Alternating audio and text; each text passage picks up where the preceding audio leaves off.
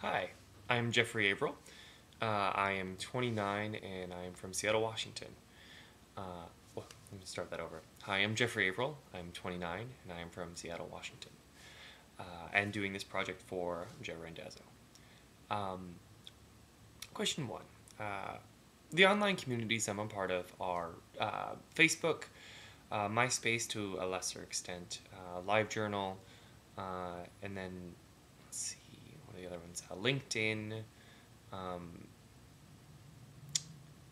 and then there's the sexual themed ones of Manhunt, Dude's Nude, and Recon.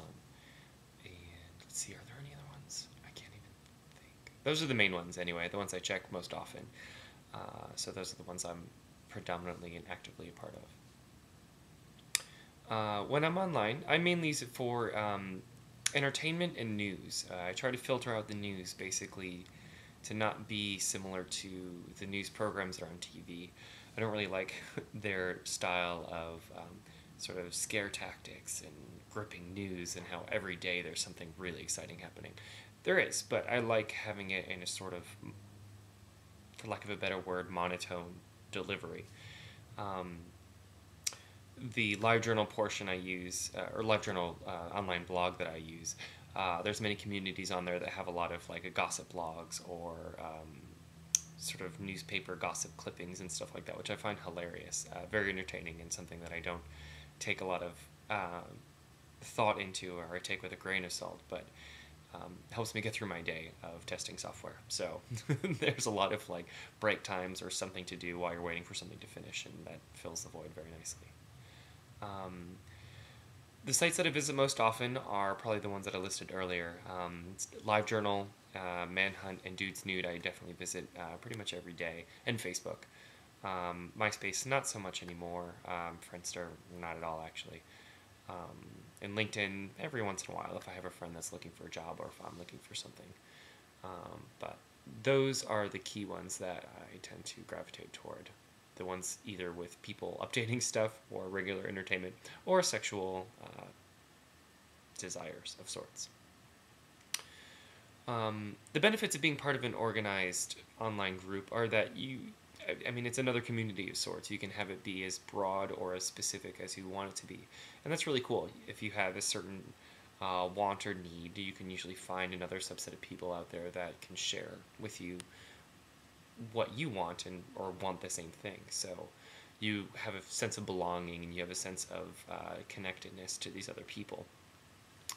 Uh, I find also like with Facebook or things of that nature, it's interesting keeping sort of a second tier communication with people that you've known before they would sort of fall by the wayside. And now, even though you're not necessarily close and want to talk to them every day, you can get sort of updates as to what they're doing. And it's like being back, actually, for me, being back in my hometown, it was really small, and you would always know pretty much what everyone was doing anyway. So it's a sense of sort of comfort in that. You just get used to it.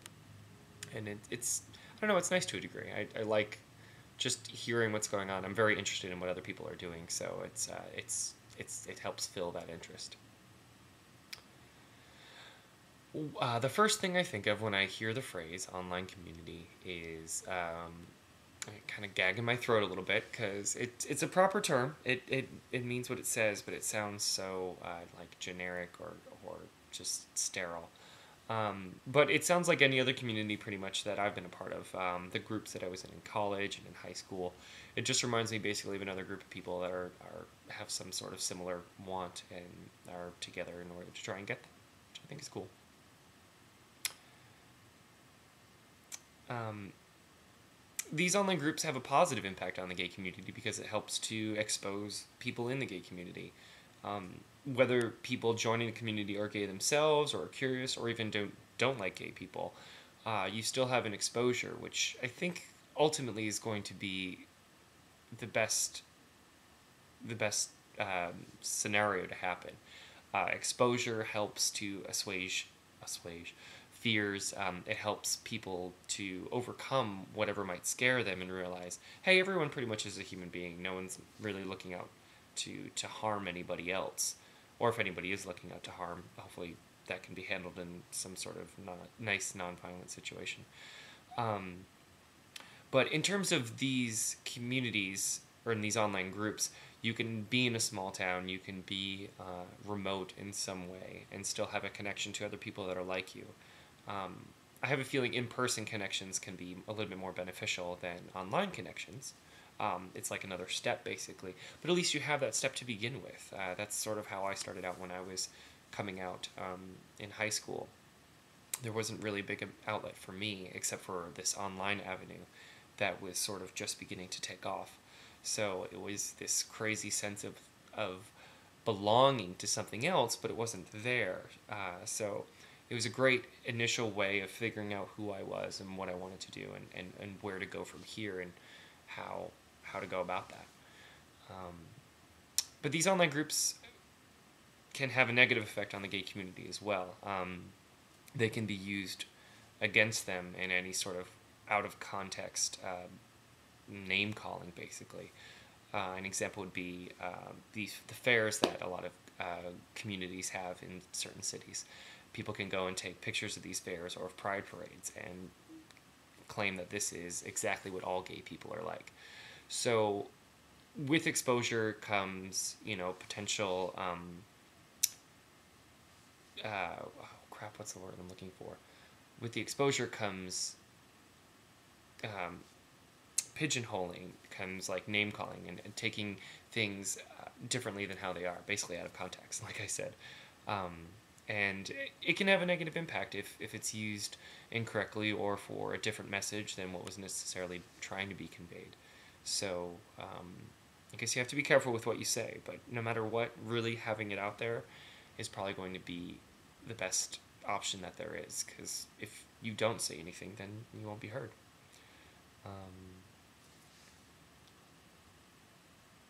The social network has expanded since I'm starting using the internet by exploding. It started when I was like 17, which was like in 97, and AOL was basically the only main internet that was available. That's when the browsers were just sort of beginning, and you could actually go to other places besides AOL. And I know there were other options at the time, but that's all I knew. So it was chat rooms and talking with people and finding some websites that would have pictures or stories or something. And now it's just sort of blossomed into these social networks, into these crazy big websites with lots of people that are all joining into one website, like Facebook or MySpace.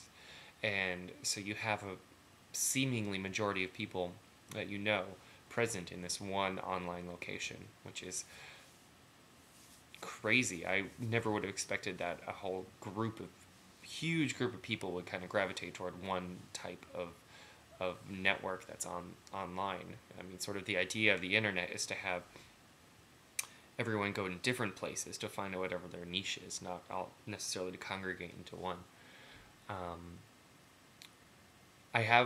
So on to the next question. I have dated someone online. I've dated a couple people from online, met them through various online websites, and had relationships with them, including my current relationship. It's been actually a great experience. On to the next question.